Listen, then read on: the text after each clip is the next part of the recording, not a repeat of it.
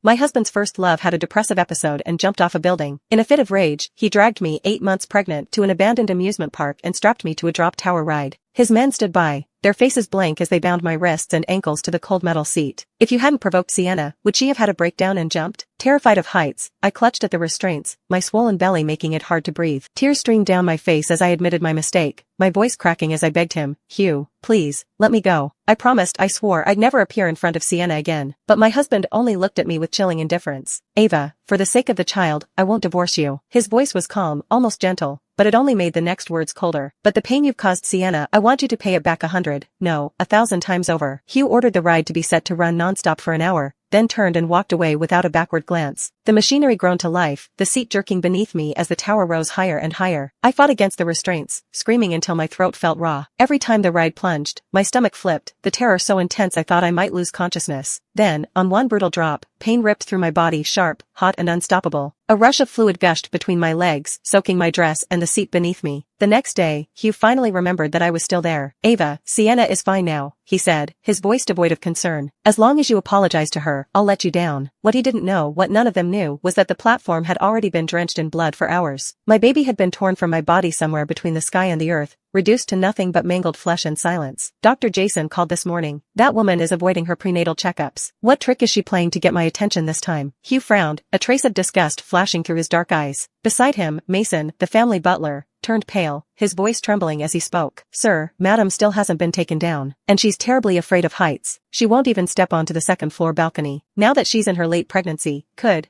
something have happened?" Hugh's expression froze for a split second before he frowned again, doubt flickering across his face. "Really? Ava's afraid of heights?" Before Mason could finish confirming, Hugh waved a dismissive hand. "It's just a drop tower. It's not like she's actually jumping off a building. Let her be scared, it might teach her a lesson so she won't bully Sienna again." Mason lowered his head and dared not say another word. However, Hugh's assistant couldn't hold back any longer. "Sir, at first Madam was screaming, but later, she went completely silent. And, she's carrying your child, your own flesh and blood. Shouldn't you at least check on her?" Hugh's expression shifted slightly, but the brief flicker of realization was quickly replaced by scorn. "I knew it. Even her so-called fear of heights was just an act. If she were really that terrified, how could she suddenly go quiet? Ava's as manipulative as ever. Since she wants to put on a show, let her stay up there until morning. Tomorrow, I'll bring her to kneel before Sienna and apologize. Only then will this matter be considered settled." With that, he waved his hand impatiently, cutting off any further protests, and strode towards the bedroom. On his bed, Sienna lay half-naked beneath the soft sheets, her delicate shoulders exposed to the dim light. Hugh's gaze darkened as he approached, his Adam's apple bobbing with desire. Without a word, he leaned down and captured her lips in a deep kiss. Sienna whimpered softly, her fingers pressing weakly against his chest in resistance before she opened her eyes. "Hugh, we're in your room. If Ava finds out, she'll be upset." Her voice trembled just enough to sound pitiful, her wide eyes filled with guilt and hesitation. "And about what happened before. Hugh, I only did it because I love you too much. I thought that if I died, Ava wouldn't fight with you over me anymore. I never wanted you to punish her for my sake. Should I go and apologize to her?" She bit her lip, looking heartbreakingly conflicted. Sure enough, seeing her like this, Hugh's desire and anger intertwined. His large hands moved to roughly knead Sienna's soft chest, his breath growing heavier as he flipped her beneath him with ease. "Sienna, you're too kind. If it weren't for you, I would have died back then. Even your fear of heights came from saving me. Just thinking about how Ava told someone as gentle and kind as you to jump off a building makes my heart ache." His grip tightened possessively, his voice dropping to a cold whisper. "If she ever does it again, even if she's carrying my child, I'll make her pay with her life." Hugh tenderly kissed the faint scratches marring Sienna's delicate skin, marks left from her fall. His gaze, usually cold and unreadable, softened with pain as if the mere sight of her injuries broke him. On our bed, the two of them indulged in passion, their bodies entwined beneath the sheets. Above them, the wedding portrait swayed slightly with emotion. My eyes were fixed on the photo, on the woman I used to be, the one who once gazed at Hugh with all the love in the world. In return, his face, even in that captured moment, was indifferent. That was when I realized, even a soul could shed tears. At least Hugh could rest easy now. There was no chance of me ever coming between them again, because I was already dead. When Hugh first came for me, I was so terrified I tried to run. My swollen, 8 months pregnant belly made it nearly impossible, but I still stumbled forward, desperate. He stood there watching, his arms folded, as I ran aimlessly like a cornered animal. In the end, it was useless. His bodyguards easily caught me and dragged me back. Losing patience, Hugh forced me onto the cold seat of the drop tower ride. His hands pinned me down until the thick straps and ropes bound my limbs in place. I screamed and pleaded, my voice cracking as the ride began to lift me higher and higher into the sky. I was still screaming when I felt a hot gush of liquid flow down my legs. My water had broken. I sobbed, gasping for breath, begging